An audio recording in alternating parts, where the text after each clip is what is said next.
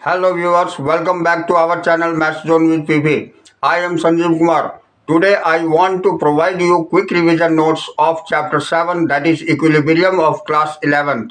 तो आज मैं आपको क्लास 11th की चैप्टर 7 जो इक्विलिब्रियम है उसकी डिटेल जानकारी दूंगा।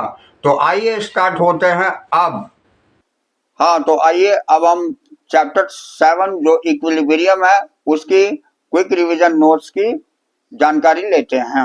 ये some important points and term of the chapters की डिटेल जानकारी लेते हैं जिससे कि इक्विलिब्रियम चैप्टर क्लास 11th की केमिस्ट्री की जो है।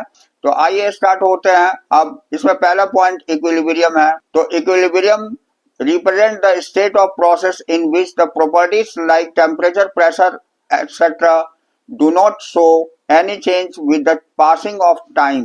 कहने का मतलब हो गया कि इक्विलिब्रियम उस स्टेट को कहते हैं जिसमें कोई भी प्रोसेस जो प्रॉपर्टीज जैसे कि टेम्परेचर, प्रेशर और एक्सेट्रा होती है ये शो नहीं होती है, कोई चेंज नहीं करती है with the passage of time, समय के अनुसार। इस स्टेट को हम इक्विलिब्रियम स्टेट कहते हैं। अब नेक्स्ट पॉइंट हमारी केमिकल इक्विलिब्रियम है। तो chemical equilibrium when the rate of the forward and reverse reactions become equal and concentration of the reactant and product remain constant। तो this stage of chemical equilibrium, this equilibrium is a dynamic in nature as it consists of the forward reaction in which the reactant gives products and reverse reactions in which products gives the original reactant। तो equilibrium is possible only in a closed system at a given temperature। A mixture, reactant and products in the equilibrium state is called equilibrium mixture। कहने का मतलब हो गया जब rate forward और reverse reactions की equal होती है, कंसंट्रेशन रिएक्टेंट और प्रोडक्ट की सेम रह जाती है, कांस्टेंट रहती है, तो इस स्टेज को हम केमिकल इक्विलिब्रियम बोलते हैं। अब इक्विलिब्रियम एक डायनेमिक नेचर में होती है जो कंसिस्ट करती है फॉरवर्ड रिएक्शंस को, जिसमें फॉरवर्ड रिएक्शंस होती है जैसे रिएक्टेंट जो प्रोडक्ट हमें बनाती है और वो रिवर्स हो करके फिर प्रोडक्ट जो है रिएक्टेंट में चेंज हो जाती है।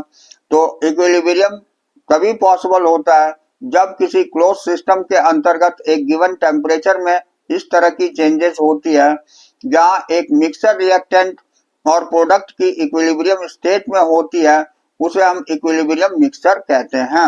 अब इन होमोजेनियस सिस्टम, अब हम होमोजेनियस सिस्टम के अंतर्गत all the reactants and products are in the same phase, जितने भी रिएक्टेंट्स और प्रोडक्ट होते हैं सेम फेज में होते हैं।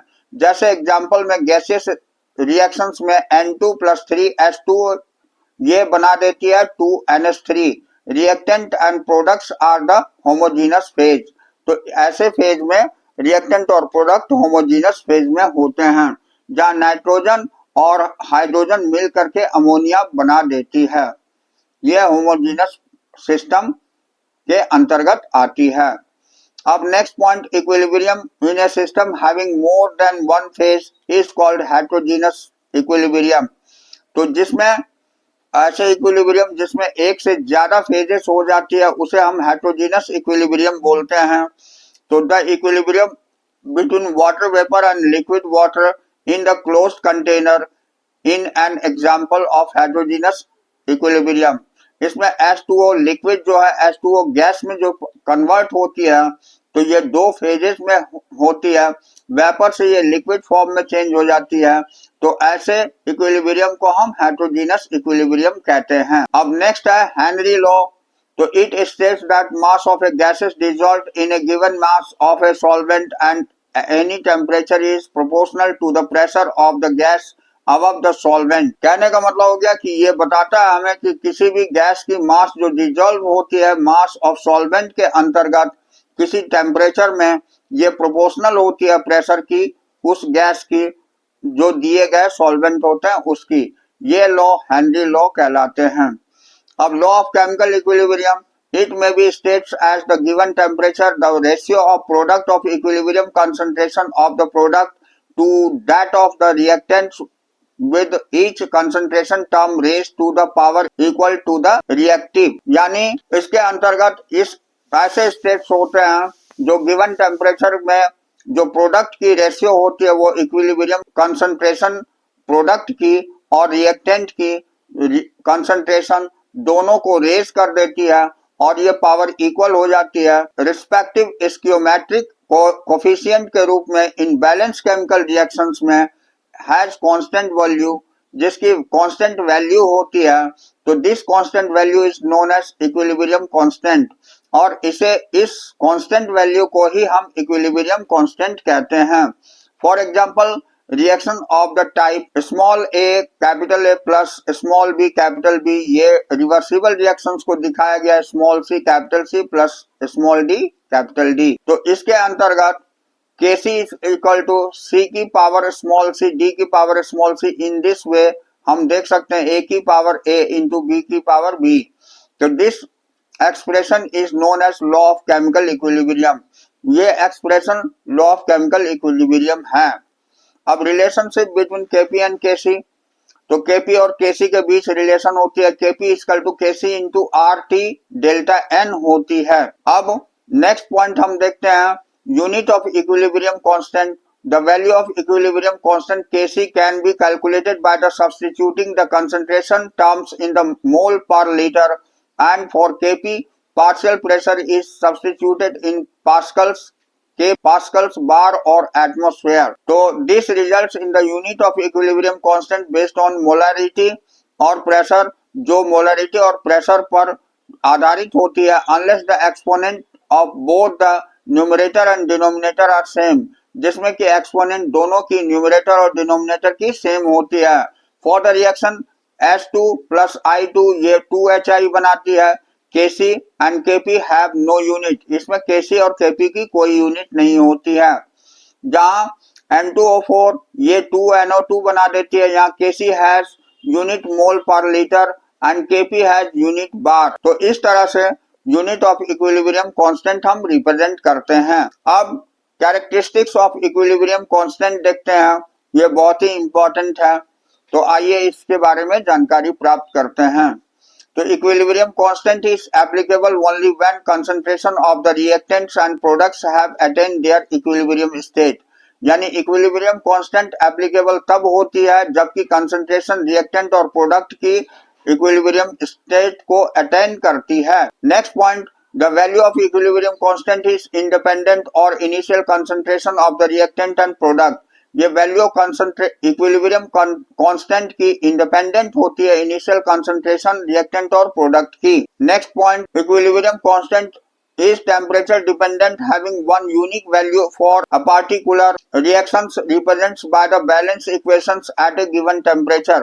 यानी इक्विलिब्रियम कांस्टेंट जो होती है टेम्परेचर डिपेंडेंट होती है एक यूनिक वैल्यू के लिए जो अ पार्टिकुलर रिएक्शंस रिप्रेजेंट करती है बैलेंस इक्वेशंस को एक दिए गए टेम्परेचर पर। अब next point, the equilibrium constant for the reverse reaction is equal to the inverse of the equilibrium constant for the forward reactions. Equilibrium constant ये reverse reactions की इक्वल होती है इनवर्स इक्विलिब्रियम कांस्टेंट की forward reaction की।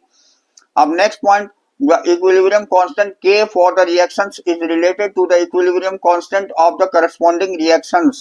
यानी equilibrium constant K जो होती है ये रिएक्शंस की रिलेटेड होती है equilibrium constant of the corresponding reaction की इक्विलिब्रियम कांस्टेंट की, whose equation is obtained by the multiplying or dividing by the equation, जिसका इक्वेशन हम लोग मल्टीप्लाई और डिवाइड करके इक्वेशन की ओरिजिनल रिएक्शंस के द्वारा देख सकते हैं स्मॉलर इंटीजर में। अब यहाँ एप्लीकेशन ऑफ इक्विलिब्रियम कांस्टेंट है, तो पहली पॉइंट है predict the extent of reactions of the basis of its magnitude, यानी प्रिडिक्ट करते हैं एक्सटेंट रिएक्शंस की मैग्नीट्यूड के आधार पर। दूसरा होता है predict the direction of reactions, इसमें डायरेक्शन ऑफ रिएक्शंस को भी प्रिडिक्ट किया जाता है।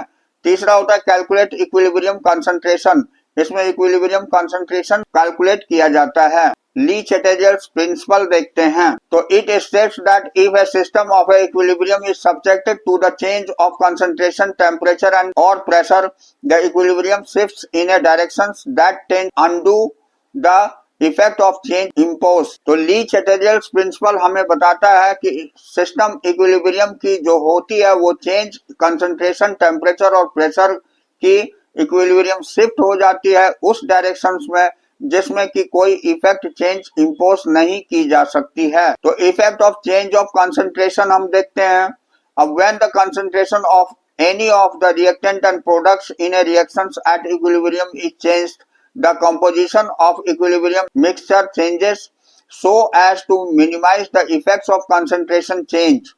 कहने का मतलब हो गया कि जब कंसंट्रेशन में किसी तरह की रिएक्टेंट और प्रोडक्ट में रिएक्शंस की इक्विलिब्रियम में कोई चेंज होता है तो ये कंपोजिशन इक्विलिब्रियम मिक्सचर की चेंज होने के कारण होता है और मिनिमाइज इफेक्ट कंसंट्रेशन के चेंज के कारण होता है।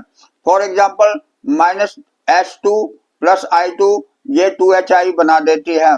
तो if H2 is added to the reaction mixer at equilibrium the equilibrium of the reactions is disturb. अगर H2 ऐड कर दिया जाए रिएक्शंस मिक्सर में इक्विलिब्रियम में तो ये रिएक्शंस डिस्टर्ब हो जाती है।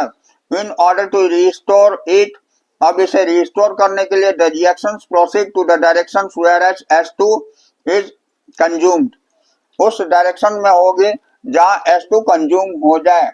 That is more of the H2 and I2 react to form HI, ज्यादा से ज्यादा H2 और I2 रिएक्ट करके हाइड्रोजन आयोडाइड बना देगी। And finally the equilibrium shifts in forward directions, और इक्विलिब्रियम हमारी फॉरवर्ड डायरेक्शन में शिफ्ट कर जाएगी। अब हम next effect of change of pressure देखते हैं। तो when the pressure is increased in the equilibrium shift in the directions in which the number of moles of A gas decreases, consider the reactions. जब pressure जो है increase करी जाती है, equilibrium shift हो जाती है उस डायरेक्शन में जिसमें नंबर ऑफ मोल्स गैस की डिक्रीज करती है। जैसे कि एग्जांपल लेते हैं CO प्लस 3H2, ये इक्विलिब्रियम शो करेगी, मीथेन बनाएगी H2O। Here 4 moles of gaseous reactant CO plus 3H2 becomes 2 moles of gaseous product CH4 plus H2। By the Le Chatelier principle, the increase in pressure will shift the equilibrium in the forward direction। ये forward direction में shift कर जाएगी, a direction in which the number of moles of the gas or pressure decreases। वो उस डायरेक्शन में होगी जहां नंबर ऑफ मोल्स जो है वो प्रेशर को डिक्रीज करेगी। अब effect of change of temperature हम देखते हैं। तो when A change in temperature occurs the value of equilibrium constant changes. जब चेंज टेम्परेचर में पाई जाती है तो इक्विलिब्रियम कांस्टेंट चेंज हो जाती है। In general the temperature dependence of equilibrium constant depends on the sine delta H for the reactions. अब general में टेम्परेचर डिपेंड जो होती है इक्विलिब्रियम कांस्टेंट की, वो डिपेंड करती है साइन डेल्टा H से। अब the equilibrium constant for the exothermic reactions, ये negative delta H decreases as the temperature increases. यहाँ पर इक्विलिब्रियम कांस्टेंट जो एक्सोथर्मिक रिएक्शंस की होती है वो नेगेटिव डेल्टा H होती है, जो डिक्रीज होती है टेम्परेचर इंक्रीज की। The equilibrium constant for the exothermic reaction, और इक्विलिब्रियम कांस्टेंट जो एक्सोथर्मिक रिएक्शन की होती है वो पॉजिटिव डेल्टा H होती है, जो इंक्रीज इन टेम्परेचर इंक्रीज में होती है। ये डेल्टा H इंक्रीज करेगी जब टेम्परेचर इंक्रीज होगी, उसे हम पॉजिटिव से शो करेंगे। When the temperature is increased, the equilibrium shift in the directions of endothermic reactions। जब टेम्परेचर इंक्रीज करेगी इक्विलिब्रियम में तो ये शिफ्ट कर जाएगी एंडोथर्मिक रिएक्शंस की ओर। अब कंसीडर ए रिएक्शंस, जैसे कि हम एक रिएक्शन लेते हैं N2 प्लस 3H2O, ये 2NH3 बना देती है, इसमें डेल्टा H माइनस 92.38 किलोजूल पर मोल है। अब according to Le Chatelier's principle, raising the temperature shift the equilibrium to left backward directions. यहाँ पर अगर टेम्परेचर को रेज कर दिया जाएगा तो इक्विलिब्रियम हमारी लेफ्ट साइड को दिखाएगी, बैकवर्ड डायरेक्शंस को दिखाएगी। That is direction of endothermic reactions, यानी एंडोथर्मिक रिएक्शन की डायरेक्शन को शो करेगी। And decrease the equilibrium concentration of ammonia, और ये डिक्रीज कर देगी इक्विलिब्रियम कंसंट्रेशन अमोनिया की। अब हम effect of inert gas addition देखते हैं। तो if the volume of is kept constant and in inert gas such as argon is added when which does not take part in the reactions, the equilibrium remains undisturbed। तो यहाँ volume अगर constant रखी जाती है inert gas की, जैसे कि argon जो है ऐड करी जाती है और ये कोई रिएक्शंस में पार्ट नहीं लेती है तो इक्विलिब्रियम रिमेन अनडिस्टर्ब्ड, तो इक्विलिब्रियम में कोई डिस्टर्ब नहीं होती है। तो it is because the addition of an inert gas of a constant volume does not change the partial pressure of the molar concentration and substance involved in the reactions. कहने का मतलब हो गया कि इसमें इनर्ट गैस के involvement से, इसको जो ऐड करने से कांस्टेंट वॉल्यूम में कोई चेंज नहीं होती है पार्शियल प्रेशर की, मोलर कंसंट्रेशन की, सब्सटेंस की। इस रिएक्शन के अंतर्गत the reaction quotient changes only if the added gas is reactant और product involves in the reaction. यानी रिएक्शन कोशेंट तब चेंज होगी जबकि एडेड गैस जो होगी वो रिएक्टेंट या प्रोडक्ट में इन्वॉल्व होगी रिएक्शंस के अंतर्गत, यानी इनर्ट गैस को छोड़ करके अदर गैस के साथ ये इन्वॉल्व होगी, तब इसकी रिएक्शन कोशेंट में चेंज होगी। अब हम इफेक्ट ऑफ कैटलिस्ट देखते हैं। तो a catalyst increases the rate of chemical reactions by making available a new low energy pathways for the conversion of reactant to products. यानी कैटलिस्ट जो है ये इंक्रीज कर देती है रेट ऑफ केमिकल रिएक्शंस को by available a new low energy pathways को available करके, जो कन्वर्ट कर देती है रिएक्टेंट से प्रोडक्ट की ओर।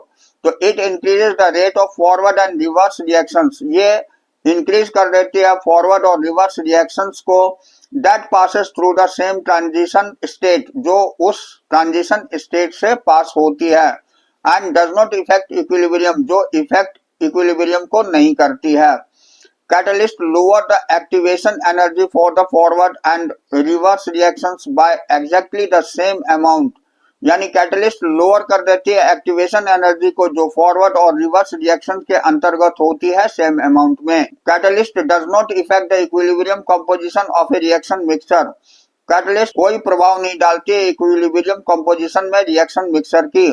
It does not appear in the balance chemical equation, ये नहीं पाई जाती है बैलेंस केमिकल इक्वेशन में और इक्विलिब्रियम कांस्टेंट एक्सप्रेशन के अंतर्गत। अब हम summary of Le Chatelier principle देखते हैं। तो यहाँ types of effect of change है, यहाँ डायरेक्शन ऑफ इक्विलिब्रियम है। तो एडिशन ऑफ मोर रिएक्टेंट ये फॉरवर्ड रिएक्शन में होती है, एडिशन ऑफ मोर प्रोडक्ट ये बैकवर्ड रिएक्शन में होती है। अब इंक्रीज इन टेम्परेचर ये टुवर्ड्स एक्सोथर्मिक रिएक्शन होती है और decrease in temperature towards exothermic reactions में होती है। एडिशन ऑफ कैटलिस्ट ये नो इफेक्ट होती है। Increase in pressure when the number of gases moles are less होती है, तब इंक्रीज प्रेशर में होती है। और decrease in pressure where the number of gases moles are more, जब डिक्रीज प्रेशर में तब होती है जब गैसेस मोल्स की नंबर ज्यादा होती है। इस तरह की होती है। अब अगला है addition of inert gas of a constant volume, कोई इफेक्ट नहीं होती है। अब addition in inert gas of a constant pressure where the number of gases moles are more, जहां नंबर ऑफ गैसेस मोल्स ज्यादा होती है वहां होती है। तो इस तरह हमारी यहाँ चैप्टर कंप्लीट होती है। That's all for today, we will meet again on the next class.